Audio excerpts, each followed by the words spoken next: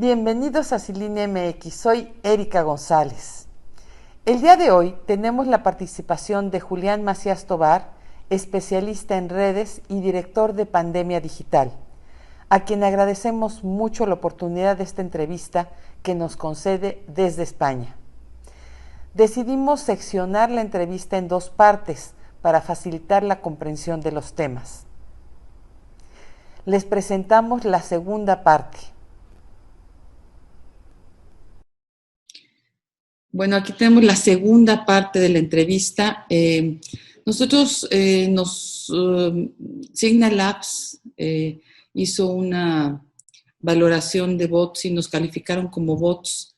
Y pues nos gustaría saber, ¿tú qué sabes de estos estudios de Signal Labs en los que se basó Aristegui para señalar a muchos medios alternos y a usuarios como bots? Bueno, a ver, no conozco en profundidad. Puede ser que haya visto alguno de estos informes, pero si comentan, por ejemplo, a esta cuenta que hablamos, que no era un bot, que es un bot, o si a vosotros mismos dicen que soy, o a ti te dice que eres un bot y eres una persona, y lo anuncian así, evidentemente no están haciendo, o tienen una intención política, o sí que veo como que está muy presente en el debate el tema de los bots y de las acusaciones cruzadas. Entonces, quizá creo que hace falta a lo mejor un poco de pedagogía de qué es cada cosa, ¿no? Ahí, por ejemplo, había un reporte que lo usan mucho para atacar a AMLO, de una de estas herramientas online que hacen un análisis y te pone que el 40% de tus cuentas son fakes. Entonces dicen que la captura esta la ponen y dicen que tiene los bots.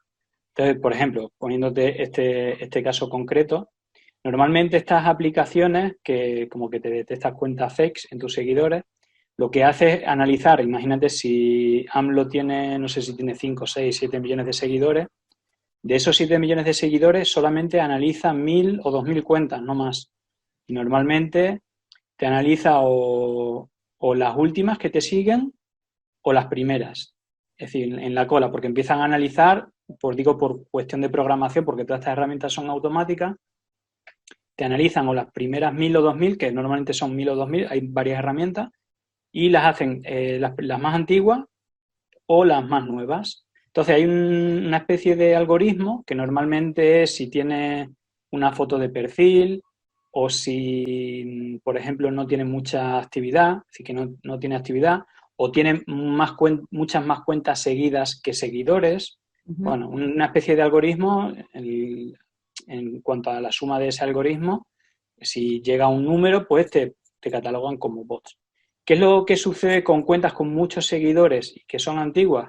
Pues que, por ejemplo, si es una cuenta que tiene 10 años, pues a lo mejor es normal que digamos, el 30 al 40% de esas cuentas no estén activas.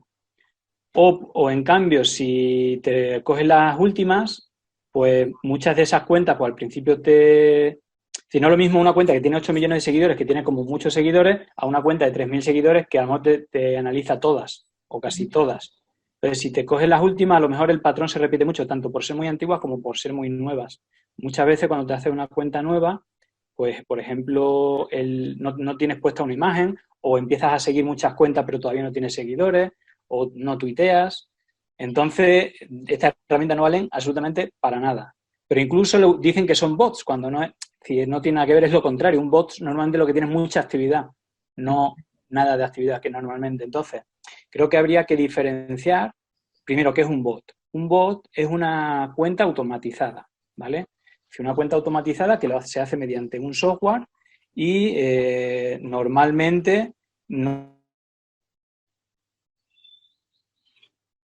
Separo el...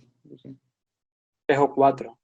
La más normal es que hagan retweets a ciertos tweets que tienen como cuentas diana. Tú si analizas, por ejemplo, como dices, estas 60.000 cuentas, todas tenían la misma actividad. Todas retuiteaban a Alfredo del Mazo o cuentas del Estado de México o algunas tweets con un hashtag que lancen, etcétera. Eso es una de las actividades que hace. Otra de las actividades que hacen es seguir también a cuentas diana, es decir, inflar seguidores a ciertas cuentas. Y luego, en cierta manera, también, aunque esto es menos habitual porque necesita una programación más difícil, es poner tweets con una frase o con un hashtag determinado. Esto no es tan fácil porque necesita como una programación más compleja. Incluso, por ejemplo, en lo de Alfredo del Mazo analicé varias cuentas, no todas, que ponían tweets con el hashtag, pero eran tweets sin frase, es decir, que incluso esa programación es muy básica, pero existen programas y machine learning, etcétera, para hacer frases que tengan sentido. Si tú eliges una matriz de palabras, un sujeto, un verbo, varios sujetos, varios verbos, varios sustantivos que sean predicados y varios adjetivos. Y con esa combinación de 5, 5, 5, 5, te hace una matriz de 5.000 diferentes frases solamente con esa matriz. Y eso se puede programar y parecer que sea como diferentes tweets, pero son humanos. Esto es automatizado. Luego hay cuentas híbridas. O mejor dicho, antes de las híbridas. Luego hay cuentas que hacen cosas muy parecidas, pero que la manejan humanos.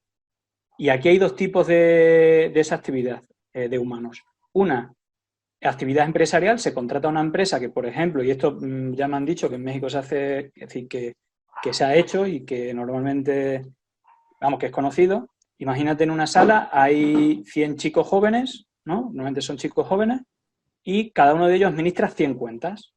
Entonces, esto en vez de hacerlo de manera automatizada, desde un software, una granja de bots, tú tienes una computadora conectada a 10 móviles, cada uno de esos 10 móviles tiene 5 o 10 cuentas, que es el máximo que te permite un dispositivo, y tú puedes ir, estás en una cuenta, haces retweet, retweet, retweet, pasas a la otra, retweet, retweet, retweet, pasas a la otra, retweet, retweet, o pones tweet o haces de troll, ¿no? Es decir, insultas con una cuenta, luego con la otra. Vale, eso sería una actividad humana. Luego, también existe actividad humana no pagada, que son militantes o simpatizantes o gente cabreada o, es decir, gente normal, es decir, una actividad normal. Y luego existen cuentas híbridas. Cuentas híbridas significa que o bien una empresa que tiene contratada a personas que ponen tweets manualmente, aunque sean de 100 cuentas, y pagan para que hagan tweets, pero una parte de esa actividad la tienen automatizada. Por ejemplo, contratan a chicos que manejan muchas cuentas, pero solamente para trolear. Es decir, para poner insultos y tweets con frases contundentes, insultos, pero la parte de retweets está, digamos, esa contraseña de todas esas cuentas está en un software que va haciendo retweets a unas cuentas dianas, siempre las mismas cuentas. Entonces, tiene una actividad, digamos, que es anfibia, tiene una parte humana y una parte automatizada. Y la parte humana puede ser natural porque tengo motivación para hacerlo, porque estoy cabreado con el gobierno, porque me encanta algo y lo quiero defender, o con dinero se paga una empresa, que creo que son muy frecuentes en México, y aparte me cuadra. De hecho, mi hipótesis es que tanto Alfredo del Mazo como las cuentas de Frenar o los ataques de Frenar tienen una gran parte de conexión. Y eso no quiere decir que sean los mismos, sino que contratan a la misma empresa, que usan a los mismos bots, o por lo menos lo que es una prueba imposible de echar atrás, es que usan el mismo sistema de creación automática de cuentas. De hecho, hay cientos de cuentas en una y cientos de cuentas de otra que empiezan Alejandro, terminado en D, es decir, como Alejandro, pero sin RO, y 8 números. Y eso no es natural. Es decir, eso es una cuenta, una máquina que hace cuentas y que la usan de bots. Por lo tanto, primero hay que saber esto, y esto es hablando de bots, ¿no? Es decir, que de cuestiones automatizadas. Y como te digo, luego también se puede usar para hacer ataques, ¿no? Para lanzar fake news, difundir fake news. Una cuenta pequeña, normalmente cuando se lanza una fake news o estos ataques que he visto contra ANLO, seguramente hay más, pero veo mucho que se meten... Hay tres cosas que repiten mucho, ¿no? Una de las cosas de la estrategia de Goebbels, ¿no? De la estrategia de propaganda fascista, ¿no? Que hizo famosa Goebbels, que tiene 11 principios. Una de ellas es la repetición, ¿vale? Aunque sea una mentira, tú la repites muchas veces y das la sensación o puedes contagiar a la gente para que sea verdad. Entonces vi una que repiten mucho como que es pedófilo, que le gustan los niños, las niñas, y que es pedófilo. Otro que también tema de zoofilia y tema de que es muy torpe o ese tipo de cosas, que es muy bruto. Bueno, no recuerdo bien, pero por esa línea va. Y son miles de cuentas. Normalmente estos ataques no lo hacen cuentas grandes. Es decir, Carlos Loret, por ejemplo, que como que es muy beneficiada, por ejemplo, por estas cuentas, él directamente no lo va a poner, ¿vale? pero las cuentas que le retuitean a él sí que van a difundir una cuenta troll para que tenga más visibilidad, por ejemplo. Entonces, hay que diferenciar lo que es un bot, lo que es humano, lo que es una cuenta híbrida, y lo que es ser troll, o lo que es una cuenta fake, una cuenta que está muerta.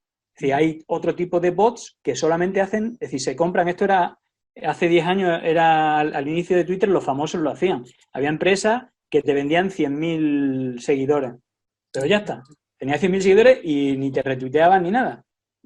Esto se lo ofrecían, imagínate una cuenta que crea, una empresa que crea cuenta, que tiene administración de 100.000 bots, y siguen, me pagas dinero, te meto 100.000, pero no voy a, ya me pagaste y ya me olvido. Vale, esos son cuentas fakes, que también son, no sé si bots, porque bueno, se crearon, pero en realidad solamente en realidad no son bots, son cuentas creadas automáticamente, pero que luego no tienen actividad. Entonces hay que diferenciar bien y hablar con propiedad con todo esto. Luego también parece que me faltaría mucha más profundidad para hablar tanto de qué bandos son, cómo atacan, o si también, es decir, tampoco quiero, en mis análisis, que tampoco son muchos, también quiero decir que sí he detectado que dentro de la red AMLO sí que hay trolls. Es decir, ya no sé, no te puedo decir si son bots, es decir, bots automatizados 100%, si son híbridos o si son humanos. Yo diría que son humanos, pero eso no quiere decir que esté bien hecho. Yo creo que todo lo que sean insultar, faltar el respeto con temas personales, insultar, entrar en la misma dinámica de esto, de noticias falsas o tal, yo creo que no, es indefendible, me refiero, que no está bien. Y esto creo que lo he visto por las dos partes, sin saber si son humanos o son tal. Entonces sí que hay que hablar con propiedad y, por ejemplo, que se hable de bot cuando está demostrado que esa cuenta está automatizada por un software. De acuerdo. Oye, y algo que es muy importante, ¿qué podemos hacer como usuarios de las redes para contrarrestar la infodemia? ¿Los bloqueamos, los ignoramos? ¿O cuál es la sugerencia como experto para ayudar a los que estamos en esto, no? Bueno, esa pregunta es Para muy evitar que se abierta, propague. Erika, pero te la voy a especificar, te la voy a Ujú. cortar en varias Ok. cosas. Lo primero, ¿qué hacer con un troll? Normalmente son los agentes más dañinos. Ujú.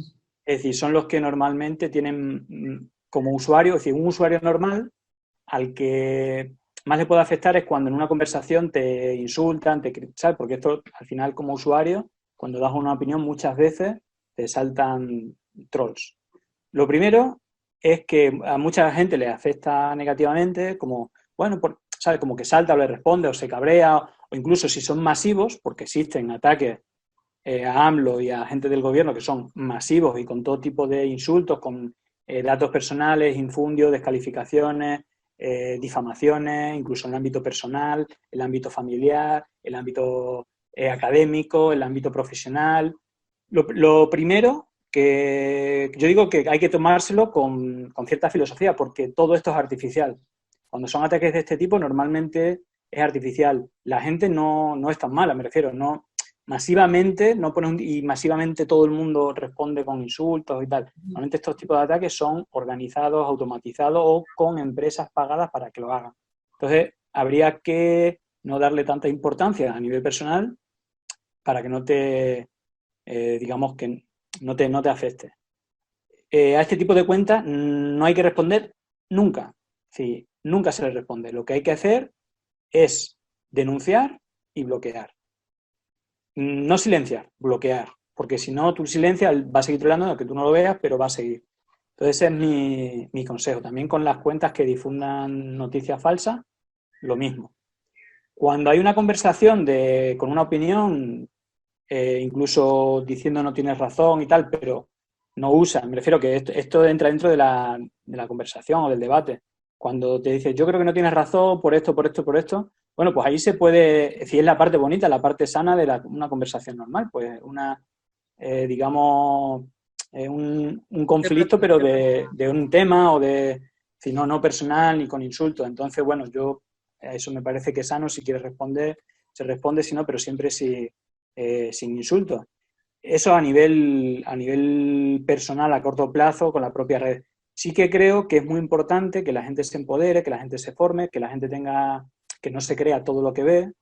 Es decir, está a la orden del día el tema de la difusión de bulos. Está demostrado que de manera orgánica, de manera natural, se comparte por lo menos 10 veces más las noticias falsas que las noticias verdaderas.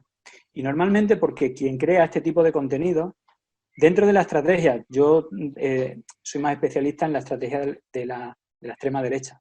El eje central de la extrema derecha es la creación de cientos de digitales con fake news, con un nivel de agresividad muy fuerte, diciendo noticias falsas de temas personales, temas incluso relacionados a eso, con temas de pedofilia, así, bueno, con cualquier tipo de insulto que te puedas imaginar, y con la compra de voluntades de periodistas que hacen un ataque sin entrar normalmente, que veo que en México están ahí al límite, sin descalificaciones personales, pero que sí lo que hacen es reforzar masivamente un marco, ¿no? Dejar una duda, que luego desde cientos de miles de cuentas bots o de diarios de fake news alimentan llevándolo al extremo. Y esto al final en la población normal, bueno, mira, si lo dicen aquí y luego lo dicen por aquí, pero lo han dicho en la tele, Cierto. entonces esa es la estrategia que usan en todos los países del mundo, es un método científico. Siempre repiten la misma estrategia en todos lados y funciona en todos los sitios, porque está estudiada, llevan 20 o 30 años estudiándolo, aparte lo llevan estudiando desde el Pentágono con los mejores investigadores en temas psicológicos, en temas de base de datos, de cambios de comportamiento, y con las plataformas digitales y los datos de todos los usuarios de todo el mundo. Es decir, estas plataformas se han hecho investigaciones durante los últimos 15 o 20 años con la excusa de la lucha contra el terrorismo islámico, etcétera, y hay ciertas instituciones muy apegadas a Atlas Network. De hecho, Atlantic Council, digamos que es como un think tank de la OTAN, inteligencia también de los Estados Unidos, en clave militar, está presidido para Europa y América Latina por José María Aznar, que fue presidente, que es presidente de España, pero también presidente de una de las fundaciones más importantes de Atlas Network, que es FAES, que fue junto a Heritage Council, es decir, perdón, Heritage Foundation, digamos, los dos promotores sobre todo de países anglosajones y de países hispanohablantes, de construir este monstruo que es Atlas Network, ¿no? Y ellos, fíjate que Atlantic Council es el partner de Facebook, por ejemplo, para controlar que no existan injerencias, ni fake news, ni contaminación digital, ni injerencias de unos países a otros. Y con esto lo que hacen es tener todos los datos para analizarlos y, digamos, destapar si hay algo que está mal. Pero evidentemente no es un espacio neutral para nada, todo lo contrario. Hubo un golpe de Estado hace poco en Bolivia con la creación de cientos de miles de cuentas. En Venezuela, todos los medios que son críticos con el gobierno de Maduro y todos los diputados de la oposición, todas las fanpages están administradas desde Estados Unidos, todas, estamos hablando de cientos de cuentas, de cientos de páginas. Eso es una anomalía tremenda y esto Atlantic Council no está diciendo nada. De hecho, es que Atlantic Council está posicionada con este eje, igual que la OEA de Almagro, que lanzan fake news institucionales para justificar, por ejemplo, un golpe de Estado. Lo mismo que hicieron en Honduras, por cierto. Están implicados también personas de Atlantic, bueno, más que diría también de Atlantic Council, pero también de Atlas Network, que al final son conexiones que tienen muchos vínculos, digamos, institucionales. Muy bien, pues está súper interesante. Yo creo que esto daría para muchas otras preguntas, pero te agradecemos mucho y esperamos tener oportunidad de platicar más adelante contigo para que nos sigas contando esto. ¿Nos puedes decir cuál es tu red social donde podemos leerte? Bueno, pues yo creo que el sitio donde se puede encontrar más información quizás en la página web y en el canal de Telegram, Pandemia Digital. Y luego en Facebook también sería Pandemia Digital y en Twitter, digamos, como ya publico con mi cuenta todos los informes y hilos, sería Julián Macías T. Pero bueno, sí que incido haciendo hincapié en lo que estaba hablando, si estamos en una situación de guerra digital total. Yo le llamo a esto la Operación Cóndor 2.0. En vez de aviones con bombas, pues Guerra híbrida. lanzan bots, líderes de opinión y diarios de fake news que muchas veces tienen, digamos que funcionan. digamos que en la Operación Cóndor también compraban medios, lanzaban, digamos, hacían una realidad paralela, que era la que le interesaba, y sí que creo que al hilo de lo que tú comentabas antes, ¿qué podemos hacer? Más allá de presionar a las instituciones y a las plataformas digitales que tienen que hacer algo contra esto, por otro lado, hay que empoderarse, como te decía. Lo que hago aparte de hacer estos informes que van construyendo también un poco una realidad como piezas del puzzle, que al final te dibuja una cosa que ya te lo dibujan las herramientas que hago en la web y en el canal, porque lo que hago es una bibliografía de documentación, de investigaciones o de artículos que hablan de todo esto, es decir, las relaciones internacionales, quién está detrás de las plataformas digitales, quién controla las plataformas digitales, la financiación, la relación con la geopolítica, todo esto. También vídeos, recomendaciones de vídeos con enlaces para ver documentales, series, películas, que su visionado al final te hace un mapa, un contexto claramente de por qué, ahora te explicas por qué pasa todo esto. Y luego, por otro lado, una serie de herramientas digitales para hacer tus propios análisis forenses digitales, tanto para hacer análisis en directo como en diferido de Twitter o de otras plataformas sociales, como para investigar imágenes trucadas, vídeos que también están usados como fake news, detectar fake news, por ejemplo, analizar contenido borrado de páginas web, analizar quién está detrás de esas webs, ver esas personas con qué organizaciones está relacionada, en qué empresa, bueno, todo ese tipo de cosas para que uno por sí mismo pueda hacer sus propios análisis y sacar sus propias conclusiones, no que te la cuenten. Pues bueno, ojalá la gente visite la página y pueda ahí darse una buena educada de estos temas, porque son bien complejos y no los entendemos de fondo. No, esa es la clave. No sé, si hay algo que no se cuenta en 30 segundos, la gente no lo entiende. Exacto. Y esto, evidentemente, en este tiempo que hemos estado, ha sido muy, muy, muy, muy superficial, sí, claro, y muy lateral. Es decir, no he hablado de toda la estructura, pero esa es una de las cuestiones. Las networks es la superficie de algo mucho más grande, que es digamos, el brazo de política exterior de los Estados Unidos y de las grandes empresas que al final manejan los recursos, materias primas de los países, ese dominio del petróleo, del litio, como pasó en Bolivia, en México, por lo que yo pensaba que no, pero veo que Pemex, vi que justamente el que estaba, creo que era en el PRI, se fue a España viviendo en una mansión de lujo, tenía relación con la derecha de allí, que participan en estas fundaciones de Atlas Network. Es como la mafia, ¿no?, que se protege y que al final lo que han hecho es robar el petróleo de México, básicamente, y darle comisión a esta gente. Está trabajando con los Estados Unidos. Bueno, no hay que hablar de los países porque los países son su gente, pero sí la gente que tiene el poder de su país, pero también lo quieren tener de todo el mundo. Claro, Entonces, claro. Ahí hay que estar atentos. Muy atentos. Pues muchas gracias, Julián, por darnos chance de poder platicar contigo, por esta oportunidad, y pues estaremos en contacto próximamente. Muy bien, pues nada, gracias a ti. Gracias. Saludos a todos. Mil gracias.